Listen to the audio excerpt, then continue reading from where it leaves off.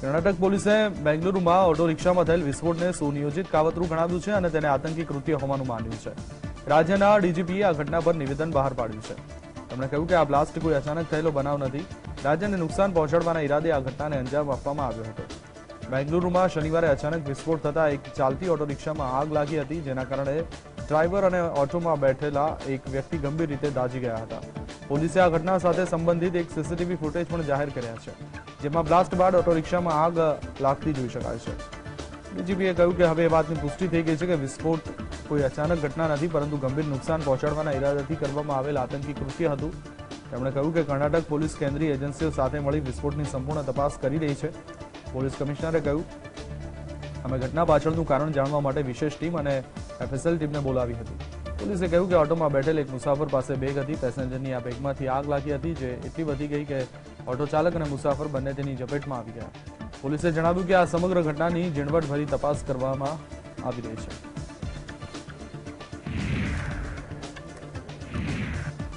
જમ્મુ અને કાશ્મીરના અનંતનાગ જિલ્લામાં રવિવારે સુરક્ષા દળો અને આતંકવાદીઓ વચ્ચેની અથડામણ દરમિયાન એક માર્યો ગયો. કાશ્મીર ઝોન પોલીસે નિવેદનમાં જણાવ્યું કે દક્ષિણ કાશ્મીરમાં અનંતનાગ જિલ્લાના બિસ્બેરાના ચેકીડુડુ વિસ્તારમાં આતંકવાદીઓની હાજરી વિશેની ચોક્કસ માહિતીને પગલે સુરક્ષા દળોએ રવિવારે ઘેરાબંધી અને સર્ચ ઓપરેશન શરૂ કર્યું.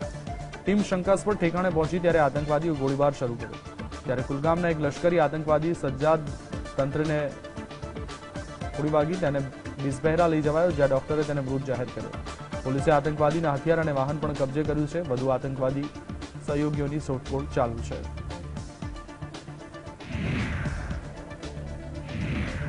સુપ્રીમ કોર્ટ 22 નવેમ્બરે કાશ્મીરી પંડિતોના નરસંહારની એસઆઈટી તપાસની માંગ કરતી રૂટ્સ ઇન કાશ્મીરની ક્યુરેટિવ પિટિશન પર સુનાવણી કરશે.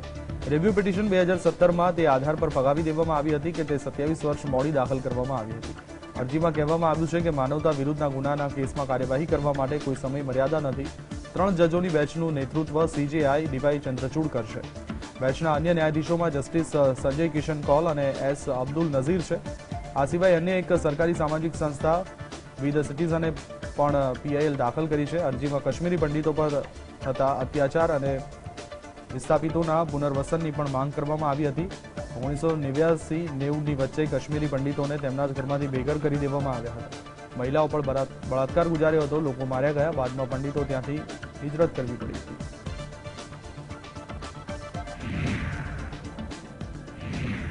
જમ્મુ કાશ્મીરના પૂર્વ મુખ્યમંત્રી અને નેશનલ કોન્ફરન્સના ચીફ ફારૂક અબ્દુલ્લાએ એક બેઠક દરમિયાન ભાજપ પર નિશાન સાધ્યું છે. આ દરમિયાન તેમણે કહ્યું કે કોઈ ધર્મ ખરાબ નથી, આપણે માણસો ખરાબ છીએ.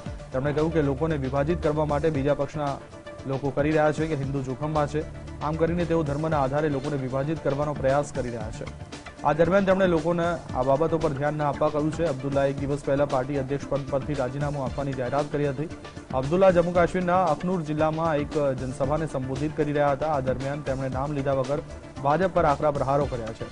અબ્દુલ્લાએ કહ્યું કે તેઓ કહે છે કે હિન્દુઓ જોખમમાં છે, પરંતુ હું તમને વિનંતી કરું છું કે તેમની વાતનો શિકાર ન થાવ. અબ્દુલ્લાએ ભગવાન રામના નામે ચાલી રહેલી રાજનીતિ પર કહ્યું કે ભગવાન રામ દરેકના છે, માત્ર હિન્દુ ધર્મના લોકો માટે જ નહીં.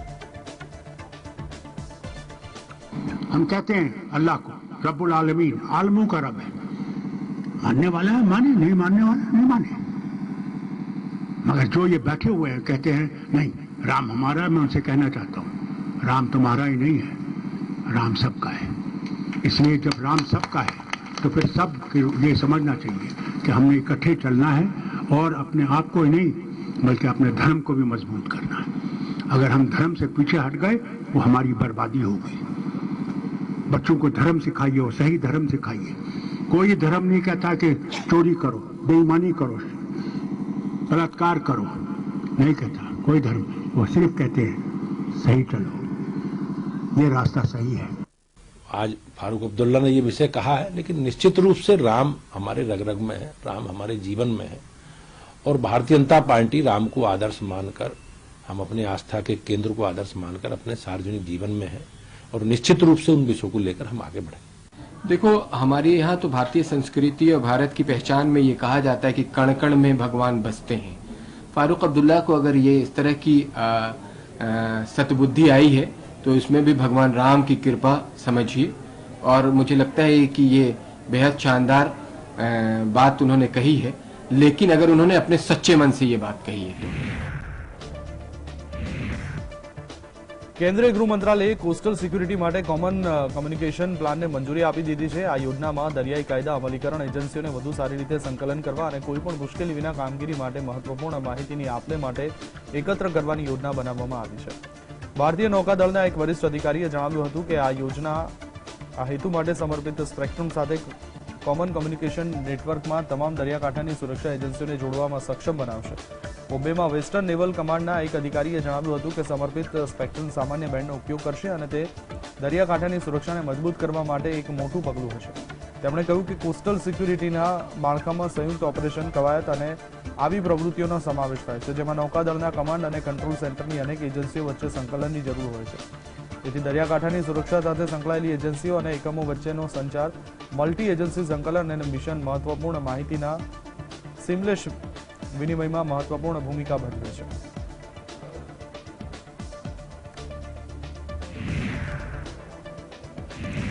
કેરળ હાઈકોર્ટે ચુકાદો આપ્યો છે કે પર્સનલ લો હેઠળ મુસ્લિમોના લગ્ન પોક્સો એક્ટના દાયરામાં નથી. જસ્ટિસ યુ કુરિયન થોમસે અવલોકન કર્યું કે લગ્નના પક્ષકારોમાંથી એક સગીર છે તો લગ્નની માન્યતાને ધ્યાનમાં લીધા વિના પોક્સો કાયદા હેઠળના ગુનો લાગુ થશે. જસ્ટિસ પેચુ કુરિયન થોમસની સિંગલ બેચે વધુ અવલોકન કર્યું હતું કે પોક્સો એક્ટ ખાસ કરી બાળકોને જાતીય ગુનાઓથી બચાવવા માટે રચાયેલ ખાસ કાયદો છે. વધુમાં જણાવ્યું હતું કે બાળક સામે દરેક પ્રકારના જાતીય શોષણને ગુનો ગણવામાં આવે છે. લગ્ન પણ આમાંથી બાકાત નથી. સગીર છોકરીના અપહરણ અને બળાત્કારના આરોપી 31 વર્ષીય મુસ્લિમ વ્યક્તિની જામીન અરજી ફગાવી દેતા કોર્ટે આ ચુકાદો આપ્યો હતો.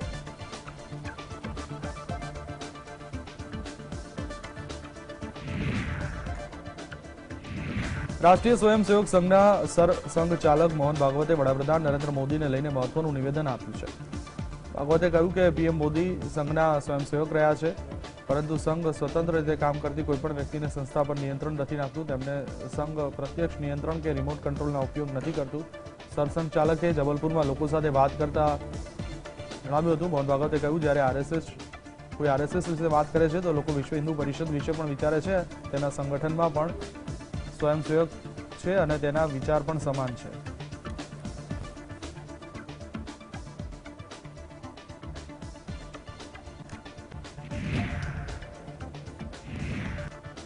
સપા પ્રમુખ અખિલેશ યાદવ અને પ્રગતિશીલ સમાજવાદી પાર્ટીના અધ્યક્ષ શિવપાલસિંહ યાદવ રવિવારે મેનપુરીમાં એક જાહેર સભામાં મંચ પર આવ્યા હતા. કાકા ભત્રીજાએ સંબંધોમાં કોઈપણ પ્રકારનું અંતર હોવાનો ઇનકાર કર્યો હતો. જનસભાને સંબોધતા અખિલેશ યાદવે કહ્યું કે કાકા ભત્રીજા વચ્ચેનો સંબંધ હંમેશા મજબૂત રહ્યો છે. એ અલગ વાત છે કે ક્યારેક પરિવર્તન રાજકીય રીતે જોવાતું હોય છે. અમે રાજકીય રીતે દૂર હતા, પરંતુ હવે અંતર સમાપ્ત થયું છે. શિવપાલસિંહ યાદવે કહ્યું કે મેનપુરી લોકસભા પેટા ચૂંટણી એ નેતાજીની ચૂંટણી છે. જનતાએ કહ્યું કે દરેકે એક થવું જોઈએ. હવે આપણે બધા એક છીએ, તેથી જ જનતાને વિનંતી છે કે પુત્રવધુ ડિમ્પલને જીત અપાવો. આ જ નેતાજીને સાચી શ્રદ્ધાંજલિ હશે.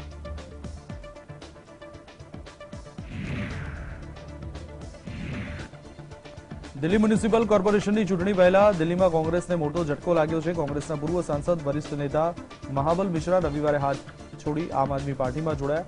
મહાબલ મિશ્રા પૂર્વાંચલના મોટા નેતા છે. પશ્ચિમ દિલ્હી બેઠક પરથી કોંગ્રેસના ભૂતપૂર્વ સાંસદ અને વરિષ્ઠ નેતા મહાબલ મિશ્રા રવિવારે દિલ્હીના પહાડગંજમાં આપના સંયોજક અને દિલ્હીના મુખ્યમંત્રી અરવિંદ કેજરીવાલની જાહેર રેલી દરમિયાન આપમાં ઔપચારિક રીતે જોડાયા હતા. આ દરમિયાન કેજરીવાલ અને મનીષ સિસોદિયાએ સ્ટેજ પર જ તેમને ભેટીને સ્વાગત કર્યું હતું. अगर महाबल मिश्रा जी दारू प्रेमी पार्टी ज्वाइन करना चाहते हैं और कर ली तो ये उनकी मर्जी है. हो सकता है उनका विश्वास अब दारू प्रेमी पार्टी में बढ़ गया हो.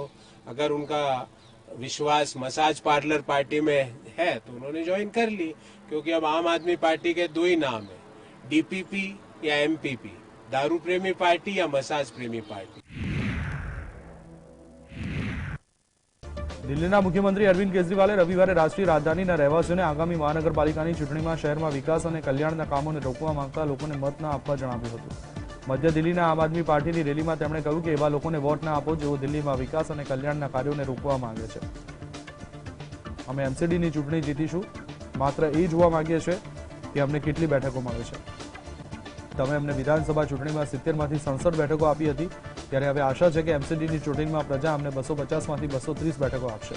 કેજરીવાલે કહ્યું કે મને આવી જીતનો સ્વાદ ચાખવાની આદત છે. મારે આનાથી ઓછું કંઈ જોઈતું નથી.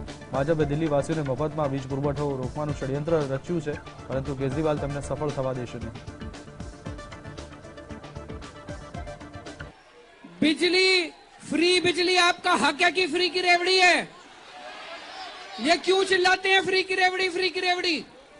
ये इसलिए चिल्लाते हैं, ये दिल्ली में फ्री बिजली बंद करना चाहते हैं। इन्होंने षड्यंत्र रच रखा है बीजेपी वालों ने। ये दिल्ली में फ्री की बिजली बंद करना चाहते हैं, लेकिन चिंता ना करना, जब तक केजरीवाल जिंदा है बिजली फ्री रहेगी। एमसीडी में आम आदमी पार्टी की सरकार बनने जा रही है, बनेगी। बस अब ये देखना है कि कितनी सीट आएगी। 200 प्लस 200 जे मंजूर नहीं है जी। बहुमत से। कितनी सीट आएगी भाई साहब? 250 230 चाहिए। 230 आएगी। इधर वाले बताओ कितनी आएगी? 250 250 सर, 250 सीटें आएंगी। 240 250 सीटें। आप लोगों ने 70 में से 67 सीट दी थी। अब मेरे को उसी का टेस्ट आ गया, 70 में से 67, उससे कम नहीं चलेगा। बिल्कुल तो बिल्कुल। 200 में 250 में से 230 सीट चाहिए। મહારાષ્ટ્ર ગવર્નર ભગતસિંહ કોશ્યારીના એક નિવેદન કરવાથી નવો વિવાદ ઉભો થયો છે। કોશ્યારીએ છત્રપતિ શિવાજી મહારાજના સમયના આદર્શ અને બાબા સાહેબ આંબેડકરથી વાળીને નીતિન ગડકરીને વર્તમાન સમયના આદર્શ ગણાવ્યા છે। આ પ્રકારના નિવેદનથી ગવર્નર ભગતસિંહ કોશ્યારીના માથે વિવાદનો વંટોળ જાગ્યો છે। ઉદ્ધવ ઠાકરેની શિવસેનાએ ખૂબ જ આક્રમક વલણ અપનાવ્યું છે। શિવાજીના વંશજ સંભાજી રાજે છત્રપતિ ગુસ્સે થઈ ગવર્નરને મહારાષ્ટ્રથી બહાર હાંકી કાઢવા વડાપ્રધાન નરેન્દ્ર મોદીને હાથ જોડી વિનંતી કરી રહ્યા છે। આ સિવાય અનેક રાજકીય પક્ષો અને સંગઠનોએ વિરોધ કરી આક્રમક બન્યા છે। ગવર્નર કોશ્યારીના હસ્તે એનસીપીના વડા શરદ પવાર અને કેન્દ્રીય પ્રધાન નીતિન ગડકરીને प्रधानमंत्री मोदी जी छत्रपति शिवाजी महाराज को मानते हैं, आदर्श मानते हैं। गृह मंत्री अमित शाह जी शिवाजी महाराज को आदर्श मानते हैं। महाराष्ट्र में आकर जय जयकार करते हैं और उनके प्रवक्ता, राष्ट्रीय प्रवक्ता शिवाजी महाराज को बोलते हैं 5 बार माफी मांगे औरंगजेब की। क्या ये भारतीय जनता पार्टी की अधिकृत भूमिका है? नहीं तो भारतीय जनता पार्टी ने महाराष्ट्र की माफी मांगनी चाहिए और राज्यपाल को तुरंत यहाँ से हटाना चाहिए। मुझे आश्चर्य है महाराष्ट्र के मुख्यमंत्री जिसने स्वाभिमान का नारा देकर शिवसेना तोड़ दी और बीजेपी के साथ सरकार बनाई, आप कहां गए आपका स्वाभिमान?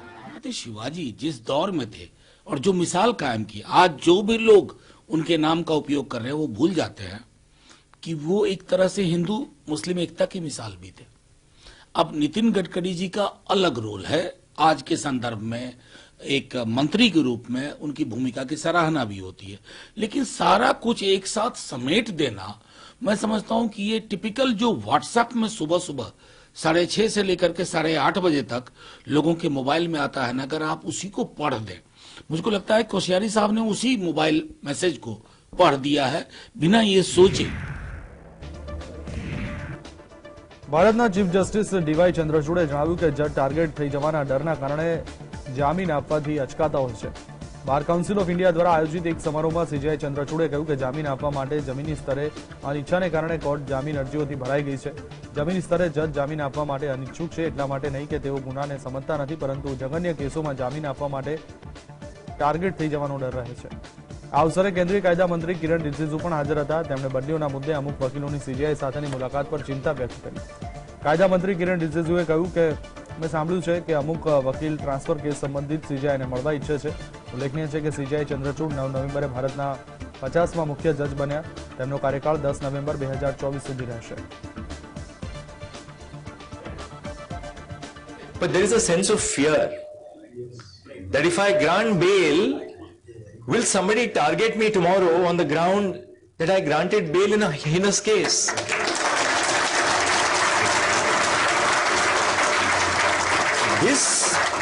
This sense of fear nobody talks about, but which we must confront. Because unless we do that, we are going to render our district courts toothless and our higher courts dysfunctional. દિગ્ગજ businessman Mukesh Ambani અને તેમના પત્ની ઈશા અંબાણી દાદા દાદી તો બન્યા હતા, હવે તેઓ નાના નાની પણ બની ગયા છે। તેમની પુત્રી ઈશા અંબાણીએ 19 નવેમ્બરે જોડિયા બાળકોને જન્મ આપ્યો છે। અંબાણી પરિવાર દ્વારા જાહેર કરવામાં આવેલ નિવેદન મુજબ ઈશા અંબાણીએ જોડિયા બાળકોને જન્મ આપ્યો છે। બંને બાળકો સ્વસ્થ છે। આ બાળકોના નામ પણ રાખવામાં આવ્યા છે। જોડિયા બાળકોમાં પુત્રીનું નામ આદ્યા અને પુત્રનું નામ કૃષ્ણા રાખવામાં આવ્યું છે। ઈશા અંબાણીએ 12 ડિસેમ્બર 2018ના રોજ પિરામલ ગ્રુપના આનંદ પિરામલ સાથે લગ્ન કર્યા હતા।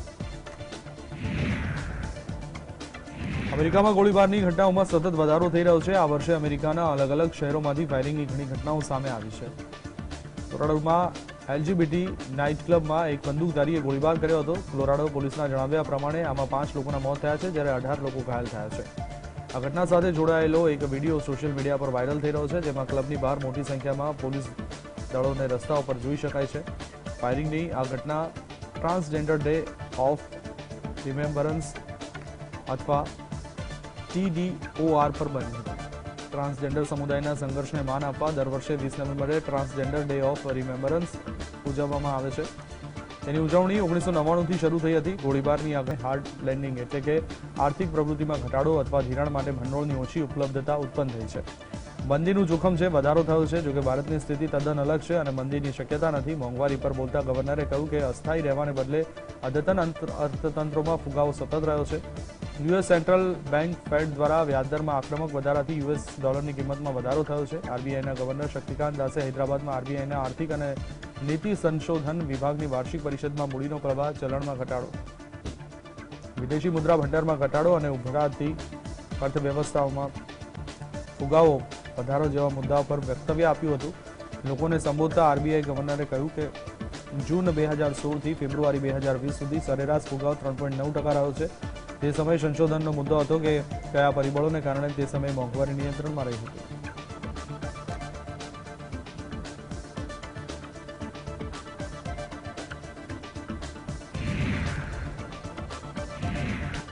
રવિવારે રાષ્ટ્રીય રાજધાનીમાં એર ક્વોલિટી ઇન્ડેક્સ ખૂબ જ ખરાબ શ્રેણીમાં નોંધાયો. System of air quality and weather forecasting and research અનુસાર AQI 297 નોંધાયો છે. જોકે દિલ્હીમાં હવાની ગુણવત્તામાં થોડો સુધારો થયો છે. શનિવારે સવારે AQI 303 નોંધાયો હતો. સ્થાનિકના જણાવ્યા મુજબ દિલ્હીમાં પ્રદૂષણ હવે જીવનનો એક ભાગ છે. મહિનાના 10 થી 15 દિવસ માટે દિલ્હી અને NCRમાં ઉચ્ચ સ્તરના પ્રદૂષણને કારણે બહારની પ્રવૃત્તિઓને ઓછી કરીએ છીએ. બાંધકામ, ધૂળ, કાચો સળગાવવા અને અન્ય ઘણા પરિબળોને કારણે પ્રદૂષણમાં વધારો થયો છે, પરંતુ મોટાભાગની અસર શહેરમાં વાહનોની સંખ્યામાં વધારો થવાને કારણે થાય છે. હવાની ગુણવત્તા બગડતા ગ્રેડેડ રિસ્પોન્સ એક્શન પ્લાન માટે કાર્યવાહી હાથ ધરવા માટેની પેટા સમિતિએ ગઈકાલે બેઠક યોજી, જેમાં દિલ્હી અને એનસીપીમાં ફેઝ 2 અને ફેઝ 1ની કાર્યવાહી અને પ્રગતિની સમીક્ષા કરવામાં આવી. 0 થી 100 ની વચ્ચેનો AQI સારો માનવામાં थिंग इश्यूज पर सांस लेने में दिक्कत होता है, प्रैक्टिस हो नहीं पाता था, but right now I feel be better, feel better. या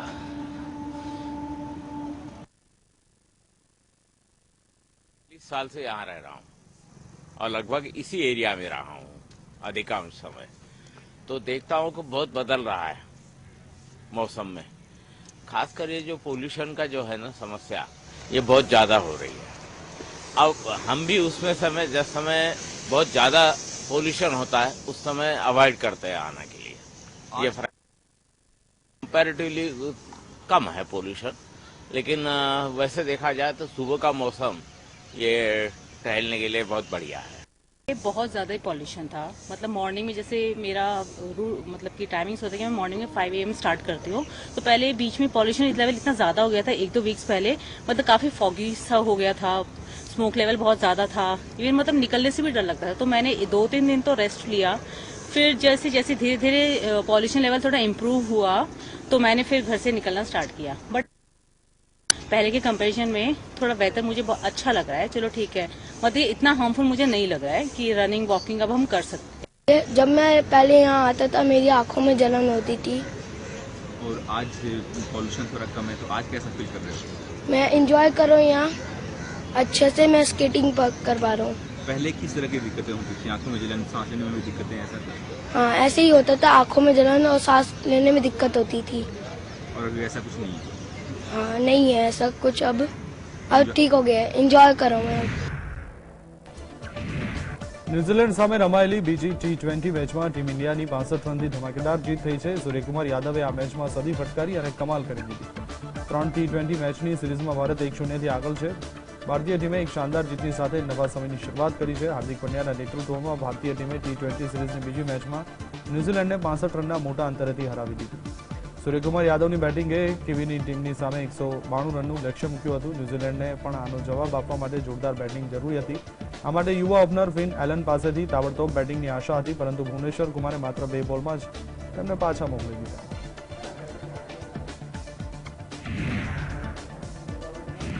અમેરિકાના પૂર્વ રાષ્ટ્રપતિ ડોનાલ્ડ ટ્રમ્પનું ટ્વિટર એકાઉન્ટ રિસ્ટોર કરવામાં આવ્યું છે. ટ્વિટરના નવા બોસ એલન મસ્કના એલાન બાદ ટ્રમ્પની 22 મહિના બાદ આ સોશિયલ મીડિયા પ્લેટફોર્મ પર વાપસી થઈ છે. આ પહેલા મસ્કે ટ્વીટ કરી યુઝર્સને જાણકારી આપી કે જો લોકોની ઈચ્છા છે કે ટ્રમ્પનું ટ્વિટર એકાઉન્ટ રિસ્ટોર કરવામાં આવે તો તેમ થશે. તમને જણાવી દઈએ કે થોડા દિવસો પહેલા એલન મસ્કે ટ્વિટર પર એક પોલમાં લોકોને પૂછ્યું હતું કે શું ડોનાલ્ડ ટ્રમ્પનું ટ્વિટર એકાઉન્ટ રિસ્ટોર કરવું જોઈએ. એલન મસ્ક દ્વારા જાહેર કરાયેલ પોલ પર 52% લોકોએ હામાં જવાબ આપ્યો, જ્યારે 48% લોકો તેની વિરુદ્ધમાં દેખાયા હતા. એલન મસ્કે રવિવારે સવારે લોકોને જાણ કરવા માટે ટ્વીટ કર્યું. ડોનાલ્ડ ટ્રમ્પને ટ્વિટર પર પાછા આવવાની અનુમતિ આપવામાં આવી છે. મસ્કના એલાન બાદ તરત જ ટ્રમ્પનું ટ્વિટર એકાઉન્ટ રિસ્ટોર કરવામાં આવ્યું હતું. ટ્રમ્પ